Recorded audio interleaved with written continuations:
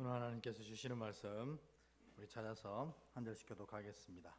이사야 32장 1절부터 8절까지입니다.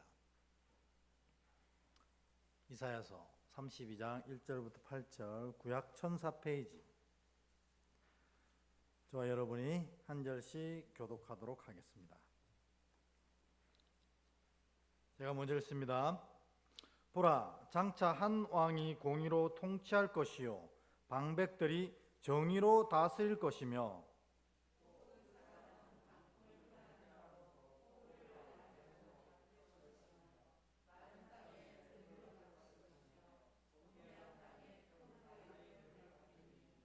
보는 자의 눈이 감기지 아니할 것이요 듣는 자가 귀를 기울일 것이며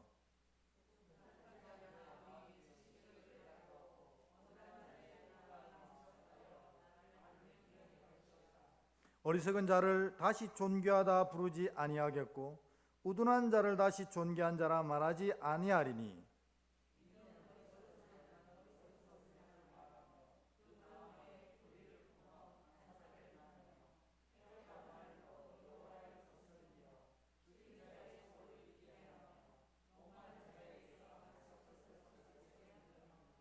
악한 자는 그 그릇이 악하여 악한 계획을 세워 거짓말로 가련한 자를 멸하며 가난한 자와 말을 바르게 할지라도 그리함이거니와.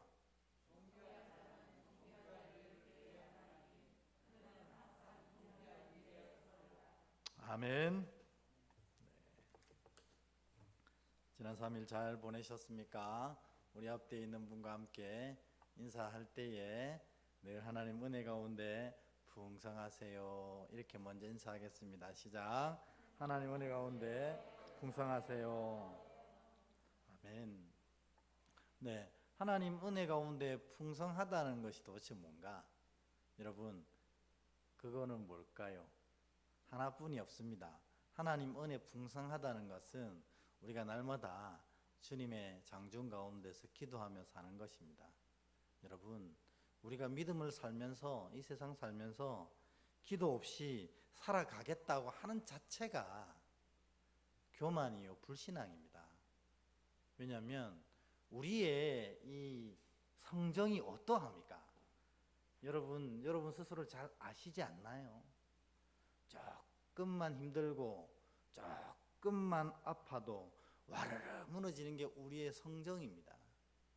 이런 성정으로 하나님 나라를 가겠다고 우리가 애를 쓴다 하는 것이 얼마나 효과가 있겠느냐 하는 겁니다. 그래서 하나님께서 우리로 기도하게 하신 겁니다. 그래서 우리의 힘으로가 아니라 하나님의 힘으로 이 믿음을 세워가고 이 믿음의 삶을 살아갈 수 있도록 하게 하시는 것입니다. 여러분, 목사가 할 수 있는 말이 이거밖에 없어요. 여러분, 제가 여러분에게 아무리 천사의 말을 할지라도 여러분 돌아서면 다 잊어버립니다. 저도 제가 설교해놓고 제 설교를 저도 잊어버려요.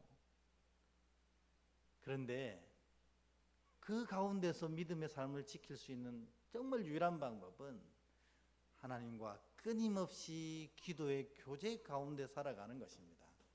그래서 여러분, 제가 마르고 닳도록 얘기하는 건 이거 하나입니다. 여러분, 기도하십시오. 하루에 1시간 기도하지 않고 믿음의 삶을 살아내겠다 하는 자체가 불신앙입니다. 교만입니다. 어불성설입니다. 우리의 성정과 육신은 그것을 따라내지 못하는 것입니다. 그래서 매일매일 기도하셔서 여러분의 인생이 믿음 안에 든든히 서갈 수 있는 여러분 될 수 있기를 주의 이름으로 축원합니다. 아멘. 아멘 하신 분들은 이제 열심히 기도의 자리에 나오시기 바라요.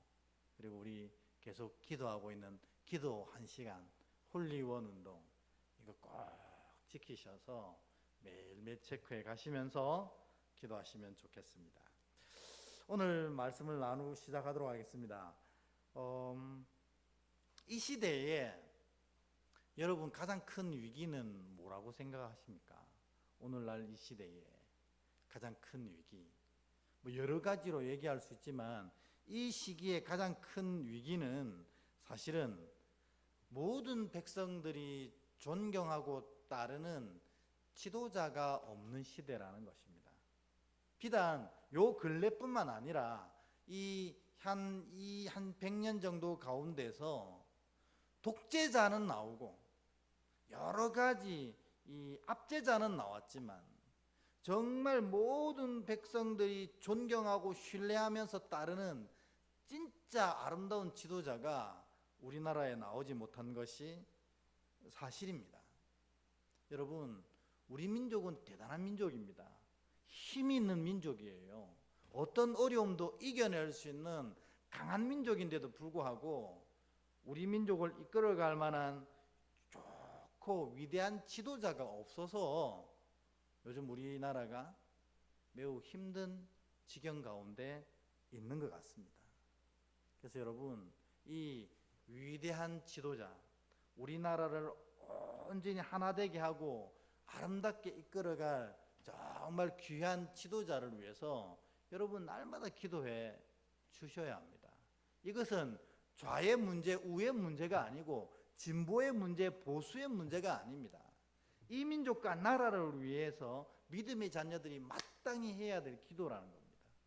그래서 좋은 지도자가 세워져야 이 나라, 이 민족이 정말 아름답게 진행해 갈 수가 있는 것입니다.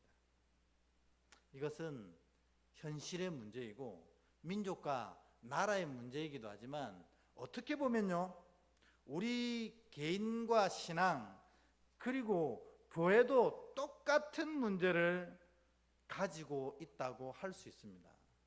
그게 뭐냐면 우리 개인의 신앙과 교회가 진정한 왕이 계시지 않는다는 것입니다.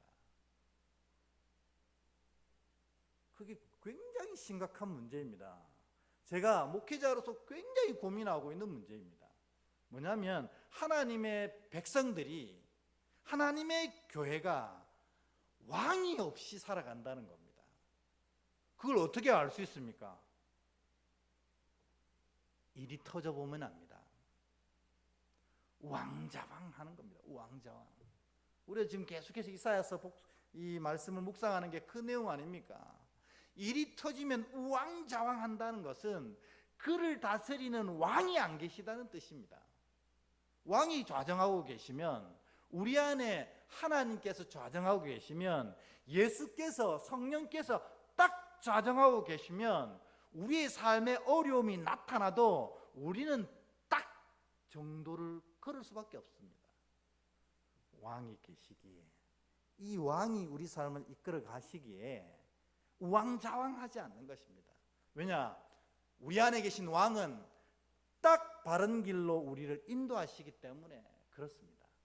내가 믿음의 자녀인데 교회를 다니는데 어떤 사건 앞에서 우왕좌왕 우왕좌왕 하고 있다는 것은 내 안에 왕을 모시고 살지 않는다는 증거 된다는 것입니다.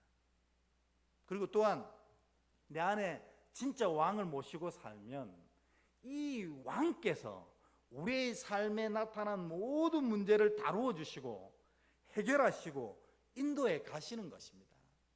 그래서 왕을 모시고 사는 사람들은 우왕좌왕하지도 않고 삶의 문제가 딱 발생할 때 이 문제를 이겨내면서 살아가게 된다는 것입니다. 왕이 그 힘을 주시니까. 그러니까 여러분에게 제가 정말 묻고 싶습니다. 여러분은 진짜 예수를 왕으로 섬기고 계시냐는 거예요. 내가 필요한 부분만 예수를 찾고, 우리 이제 오늘 새벽에 했던 얘기 아닙니까? 나는 삶의 문제로만 주님께 나아가지, 진짜 믿음으로 주님 앞에, 믿음의 문제를 놓고 주님 앞에 나아가지를 않는다는 거예요. 그래서 그런 자들에게 주님이 오늘 가나안의 여인처럼 모른 채 하실 수도 있다는 거예요.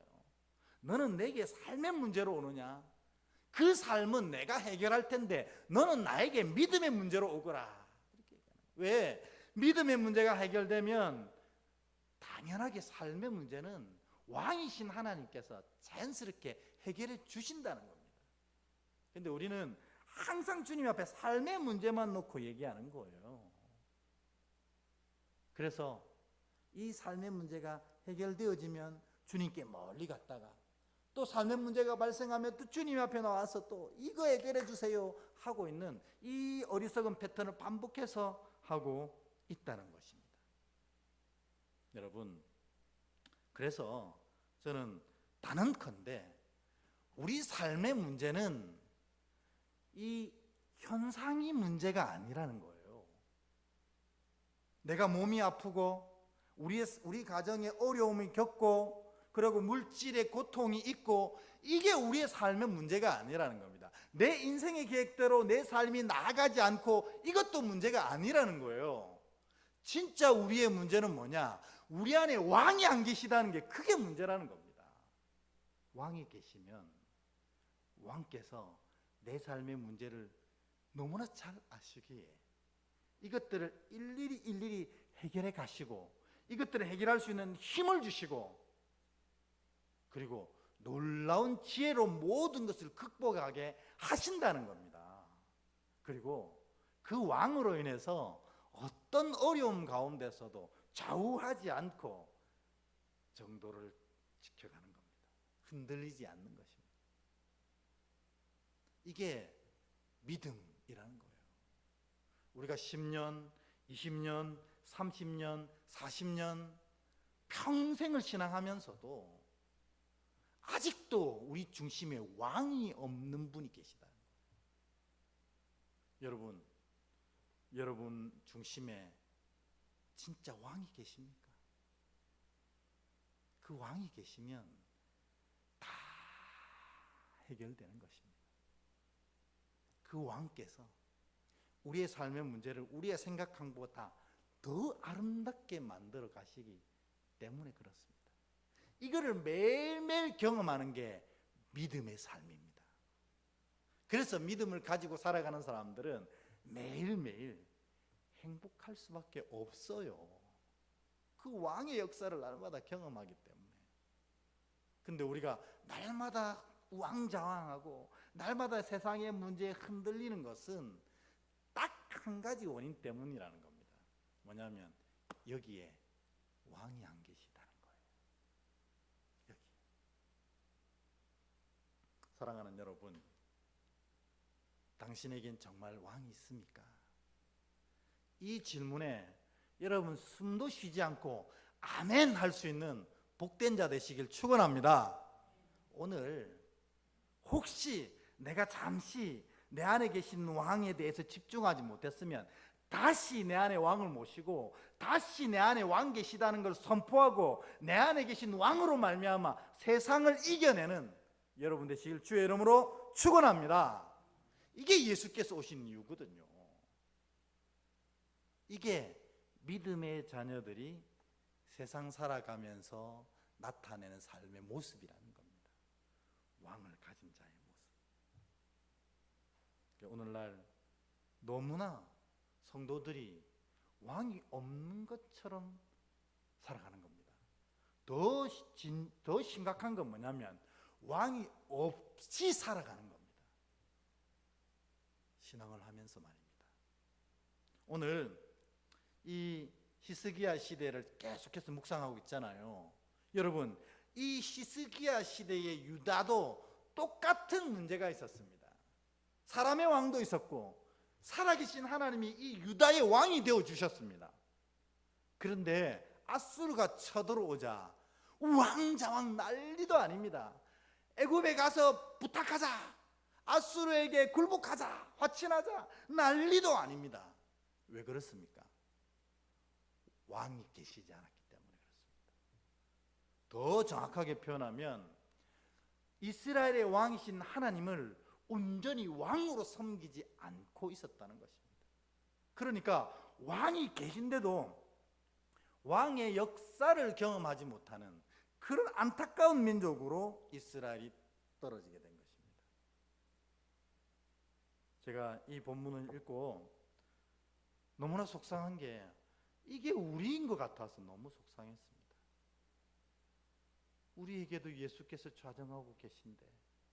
우리도 오늘 이스라엘과 전혀 다르지 않게 살아가고 있구나. 삶의 문제에 우왕좌왕하고 있고 삶에 뒤척이고 밀려서 힘들어만 하고 있구나. 왜 우리 안에 계신 왕이 역사하지 않는 걸까? 왜 우리 안에 왕이 안 계신 걸까?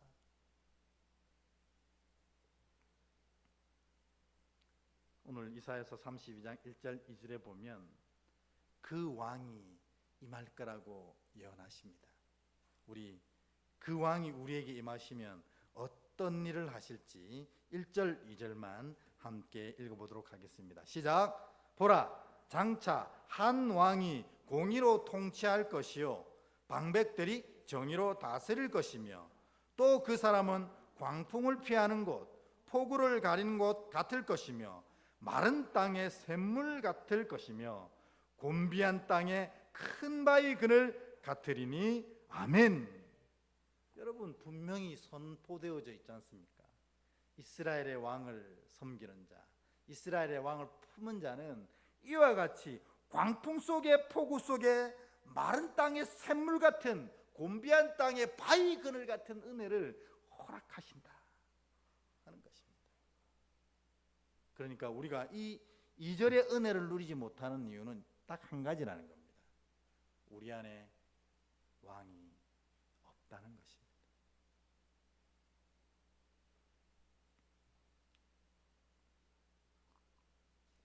여러분, 제가 아주 슬픈 얘기를 들은 적이 있습니다. 예전에 청년부하고 이 남해, 여러분 남해 아시죠? 남해 저 끝 섬마을, 이 섬 바다 끝에 이제 교회가 있어서 이제 그 교회를 이렇게 수리도 해주고 또 마을 어른들한테 또 잔치도 좀 해드리고 그리고 어른들 집에 가서 도배도 해드리고 하는 청년부 아울리치 수련회를 간 적이 있습니다. 그런데 그 마을에 나이 많은 권사님이 두 분 계셨는데 이 권사님이 두 분이 그 자매예요. 자매. 근데 이 권사님이 저를 보시고 우리 또 청년들을 보시고 예전에 자기가 겪었던 믿음의 간증을 하시는데 마음도 아프고 또 하나님의 은혜인가 싶기도 하고 그랬습니다. 그게 뭐냐면 이 권사님이 초등학교 시절, 초등학교 1학년, 2학년 이럴 때 6.25가 터졌대요. 그래가지고 이 북한군이 그 남해 마을까지 쳐들어 내려온 거예요. 근데 그 마을에는 그 당시에도 예수를 믿는 사람들이 대부분이었대요. 그 마을에 자체에. 근데 이 북한군이 다 와가지고 교회가 크게 세워진 걸 보고 마을 사람 전부를 교회 앞에 모았답니다. 그리고 이 북한군의 대장 정도 되어 보이는 사람이 딱 이렇게 얘기하더래요.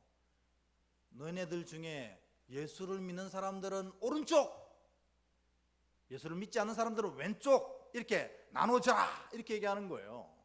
그러니까 마을 사람들 대부분 교회를 다니고 예수를 믿었거든요. 그런데 이 예수를 믿는다고 오른쪽에 가면 이 분위기가 큰 화를 당할 것 같은 거예요. 그래서 다 쭈뼛쭈뼛거리고 있었는데 이 한 장로님이 용기를 내셨어요. 어떻게 냈냐면 아까 말씀드린 대로 예수를 믿으면 오른쪽, 예수 안 믿으면 왼쪽 가라 그랬잖아요. 이 장로님이 용기를 내어서 어느 쪽에 갔을 것 같아요? 오른쪽으로 가야 이게 분위기가 맞는데 장로님이 쭈뼛거리면서 왼쪽으로 가신 거예요. 목숨은 부지해야지 하면서. 그러니까 존경하는 우리 교회에 존경하는 장로님이 왼쪽으로 가버리시니까 성도들이 옳았구나 하고 전부 왼쪽으로 간 겁니다. 예수 안 믿는다고. 근데 이 권사님 두 분이 초등학교 1학년, 2학년인데 차마 예수를 안 믿는다고 얘기를 못 하겠더라는 겁니다. 둘이가. 그래가지고 이 권사님 두 분만 쭈뼛거리면서 오른쪽으로 가셨어요. 그러니까 이 북한군 이 장교가 눈짓을 착 하더라는 거예요. 그러니까 이 북한군 이 병사들이 총을 다 쫙 잔장해가지고 촥 하더라는 거예요. 근데 놀랍게도 그러면 어디로 이 총구를 향해야 됩니까? 그 권사님 두 분한테 해야 되잖아요. 근데 장로님 무리 그쪽에다 총구를 향하고 그대로 총을 쏴버리더라는 겁니다. 그 권사님 두 분이 이제 우리는 그냥 죽을 거라고 생각했는데 이게 뭐지 한 거예요. 그래가지고 그 교회에 이 권사님 두 분만 빼고 그날 다 몰살을 한 겁니다. 그래가지고 이게 도대체 뭐냐 권사님이 이해를 못했어요. 근데 나중에 알고 보니 그때 예수 믿는 사람들 어느 쪽입니까? 오른쪽. 예수 안 믿는 사람 어디요? 왼쪽. 이렇게 했는데 이게 괴뢰군이 북한군이 볼 때 기준으로 얘기한 거예요. 그러니까 앉아있는 사람들은 오른쪽이면 북한군 볼 때는 어디로 간 겁니까? 왼쪽으로 간 거고, 이 앉아있는 사람이 왼쪽으로 간 거 북한군 볼 때는 어느 쪽이에요? 오른쪽이었던 거예요. 그러니까는 더 열받은 거죠. 막 죽인다고 소리 쳤는데도 예수 믿는다고 다 모인 것 같으니까. 저는 그렇게 생각합니다. 하나님의 살아계심의 역사라고.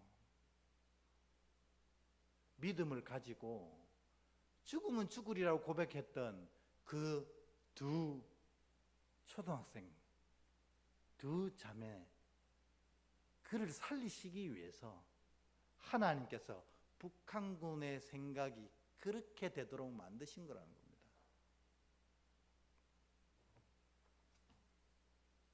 여러분, 왕이신 예수님이 고백되어지면 이처럼 왕이신 예수님의 역사가 나타나게 되는 것입니다. 이분들은 그 중심에 장로님이었고 권사님이었고 10년, 20년을 신앙했던 분들인데 중심에 그 순간 왕이 계시지 않았어요. 그래서 그 안타까운 죽음을 당하게 된 것입니다. 여러분, 우리가 진짜 신앙하면서 정말 왕이신 예수님이 내 안에 딱 좌정하고 계신지 이거를 끊임없이 여러분 스스로에게 물어볼 필요가 있다는 겁니다. 왜냐하면 그래야 믿음의 역사가 시작되기 때문이고, 그래야 진짜 성경에서 말하는 믿음이 무엇인지 그 믿음의 세계가 펼쳐지게 되기 때문입니다. 겉모양으로만 흉내낸다고 이것이 경험되어지지 않는다는 겁니다. 여러분은 이 자리에 앉아 계신데 여러분 겉모양으로만 믿음을 흉내내고 있지 않습니까? 진짜 여기는 왕이 없어서 결정적인 순간에는 흔들리고 결정적인 순간에는 지키시는 하나님의 역사를 경험 못하는 그런 우리는 아니냐는 거예요. 그래서 또 빨간 걸로 당신에겐 정말 왕이 있습니까? 제가 묻고 싶다는 것입니다.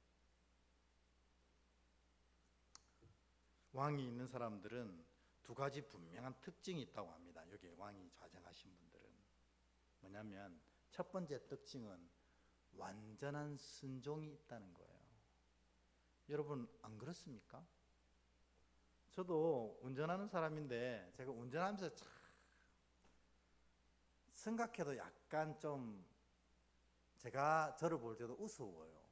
왜냐하면 쌩 달리다가 갑자기 얌전해지는 순간이 있거든요. 언제 얌전해질까요? 카메라가 있으면. 그 카메라 그게 뭔데? 카메라가 있으면 막 쌩 달리다 갑자기 얌전하게 가는 겁니다. 여러분, 카메라 한 대 앞에서도 우리가 이렇게 바뀌는데 왕이 여기 좌정하시는데 우리가 완전하게 순종하지 않는다? 그게 가능하냐는 거예요. 정직하게 얘기해야 됩니다. 우리가 여기에 왕이 좌정 안 하시고 계실 때 그렇다는 것입니다. 내 기분 좋을 때는 믿고 내 기분 좋을 땐 따르다가 내 기분은 안 좋고 내 형편이 어려우면 안 믿어버리고 안 따라버리는 그게 우리일 수 있다는 거예요. 근데 진짜 왕을 모시고 사는 사람은 완전한 순종이 있을 수밖에 없다는 거예요. 여기에 왕이 계시니 안 따를 수 없는 거예요.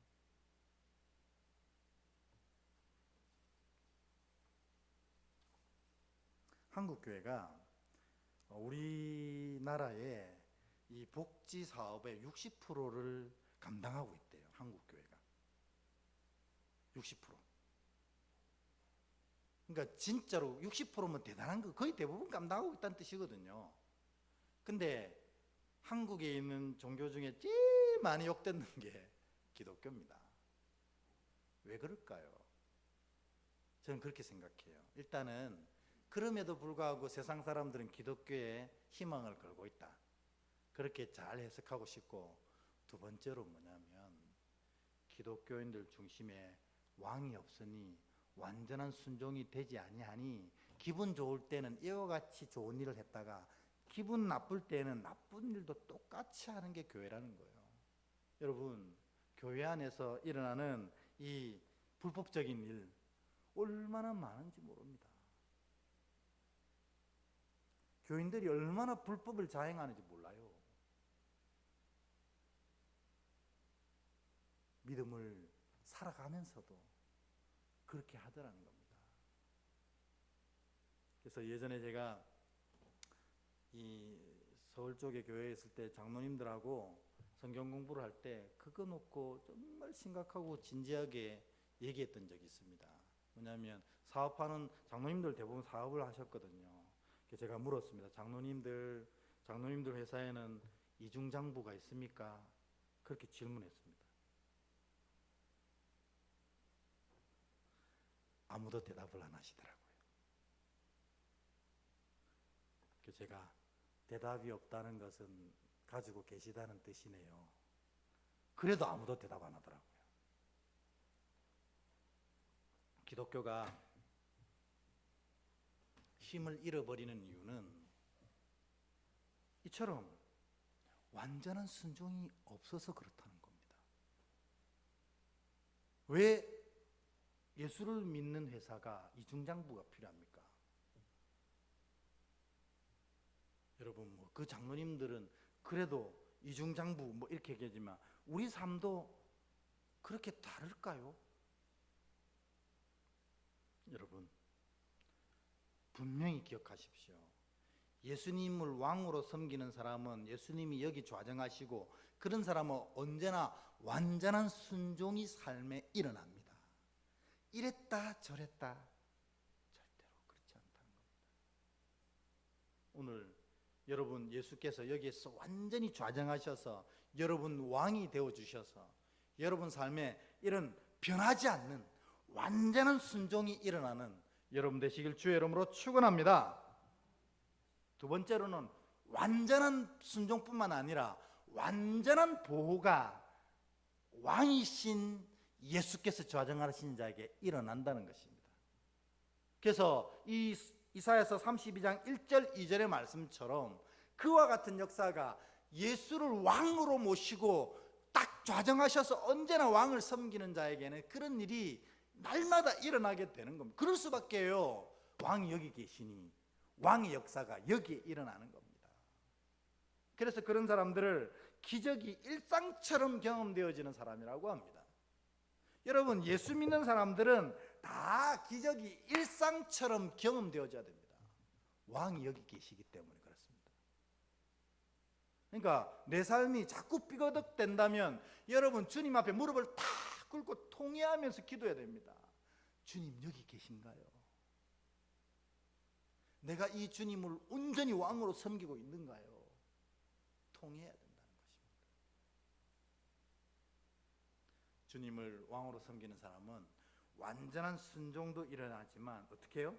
완전한 보호하심도 함께 일어나는, 이게 왕을 모신 자의 특징이라는 겁니다. 오늘 예수께서 여러분의 온전한 왕이 되셔서 이 놀라운 순종과 이 보호하심의 은혜가 여러분 삶에 날마다 가득 채워지시기를 주의 이름으로 축원합니다. 이 출애굽기 21장에 보면 이런 예수를 완전히 왕으로 모신 자를 출애굽기 21장에는 뭐라고 표현하냐면 아주 재밌는 표현합니다. 뭐냐면 귀뚫은 종이라고 표현합니다. 귀뚫은 종. 그러니까 요즘에 우리가 여성분들이나 남자분들도 귀를 많이 뚫고 있거든요. 근데 그 귀를 뚫는다는 의미를 우리가 전혀 모르고 귀를 뚫고 있더라고요. 근데 이건 뭐냐면 주님이 온전히 내 하나님이라는 고백, 나는 주님의 영원한 종이란 고백으로 이걸 뚫어요. 그리고 그렇게 살아가는 겁니다. 그게 무슨 내용인지 한번 살펴보도록 하겠습니다. 출애굽기 21장 2절에서 6절. 저와 여러분 한 절씩 교독하겠습니다. 제가 먼저 읽을게요. 내가 히브리 종을 사면 그는 6해 동안 섬길 것이요 7째 해에는 몸값을 물지 않고 나가 자유인이 될 것이며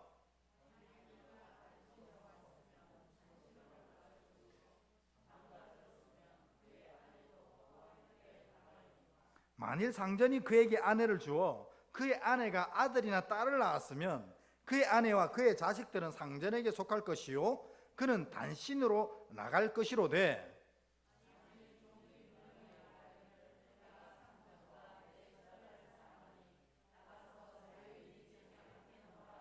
함께 읽습니다. 상전이 그를 데리고 재판장에게로 갈 것이요 또 그를 문이나 문설주 앞으로 데리고 가서 그것에다가 송곳으로 그의 귀를 뚫을 것이라.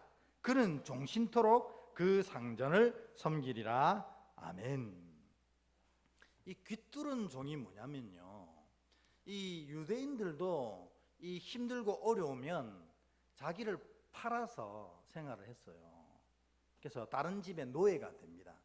그런데 유대인의 법칙은 영원토록 노예를 부리는 것이 아니라 딱 그가 아무리 비싼 값에 노예로 팔려왔어도 그가 유대인이면 6년만 부려먹을 수 있어요.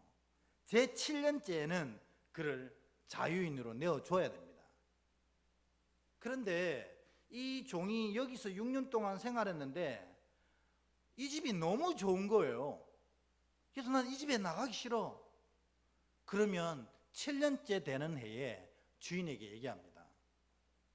주인이시여, 내가 종으로 여기 팔려왔지만 이 집에 있으면서 너무 좋았습니다. 나는 이 집에서 나가기 싫고 영원한 당신의 종이 되길 원합니다. 이렇게 하면 오늘 6절의 말씀처럼 이 재판장에게 데리고 가서 그것을 확인받고 그의 귀에다가 구멍을 뚫어서 이제 구멍이 뚫려 있는 종들은 7년이 되면 해방되는 것이 아니라 영원히 그 집의 종이 되어진다는 것입니다. 오늘 예수님을 왕으로 모시며 사는 자들은 출애굽기 21장을 통해서 얘기한다면 뭐냐면 귀뚫은 종이라는 겁니다. 우리 모두가 사실은 귀뚫은 종이에요. 이 귀뚫은 종이란 것은 그래서 세 가지 의미가 있어요.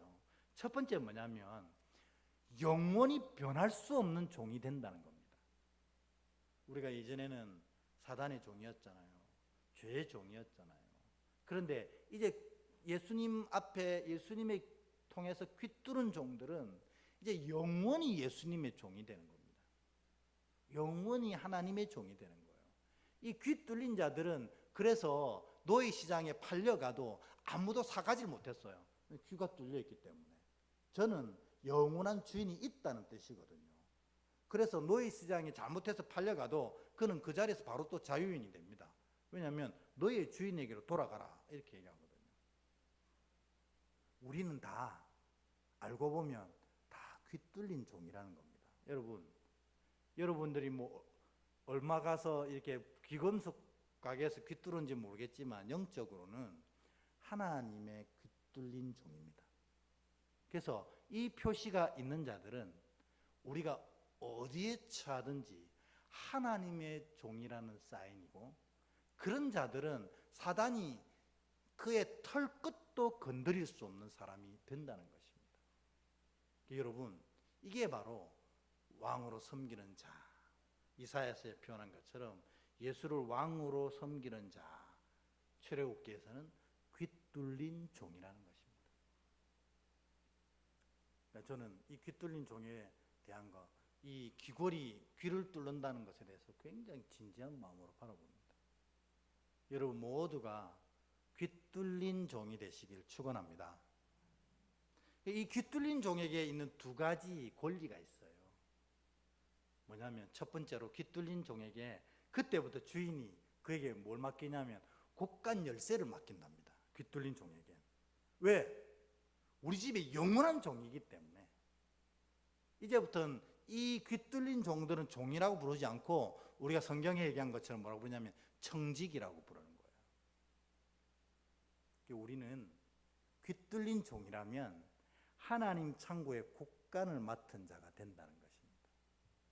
그래서 너희가 열면 열리고 너희가 닫히면 닫힌다는 것은 바로 이 귀 뚫린 종을 보고 얘기하는 거라는 거죠.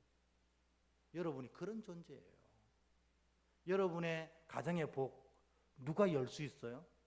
귀 뚫린 종이 열 수 있습니다. 여러분 삶의 모든 문제 잠그는 건 누가 잠근다고요? 귀 뚫린 종이 잠글 수 있다는 거예요. 그러니까 책임이 누구에게 있냐면 귀 뚫린 여러분에게 있다는 겁니다. 이게 귀 뚫린 종의 첫 번째 특징, 곳간 열쇠를 맡는다. 두 번째, 이 귀 뚫린 종은 주인의 밥상에 참여합니다. 이전까지는 종이어서 주인의 밥상 근처도 못 왔어요. 그러나 영원한 종, 귀 뚫린 종이 되면 그때부터는 청지기로 부르고 가족으로 취급합니다. 그래서 밥을 먹어도 주인의 밥상에서 같이 먹게 된다고 합니다. 우리가 어리석고 죄 많았던 우리가 주님의 잔치에 참여하는 자가 된다는 뜻입니다. 이게 귀 뚫린 종, 하나님을 왕으로 모시는 자의 놀라운 특징이라는 것입니다. 여러분 벅차지 않습니까? 우리가 이런 자들입니다. 우리 앞뒤에 축복하며 축복하도록 하겠습니다. 당신은 하나님의 귀 뚫린 종입니다. 시작. 당신은 하나님의 귀 뚫린 종입니다. 아멘. 귀 뚫린 종입니다. 이 귀 뚫린 종의 의미가 뭐냐? 예수께서 항상 왕으로 계신다는 거예요. 그래서 다시 한번 고백합니다. 당신은 예수를 왕으로 섬기는 자입니다. 함께 축복합니다. 시작. 당신은 예수를 왕으로 섬기는 자입니다. 아멘. 그럴 때 완전한 순종과 완전한 보호하심이 그에게 나타나는 겁니다. 여러분이 이런 복된 믿음, 참된 믿음을 소유하시기를 주의 이름으로 축원합니다. 우리 찬양하며 이 기도 제목 갖고 고백하도록 하겠습니다. 예수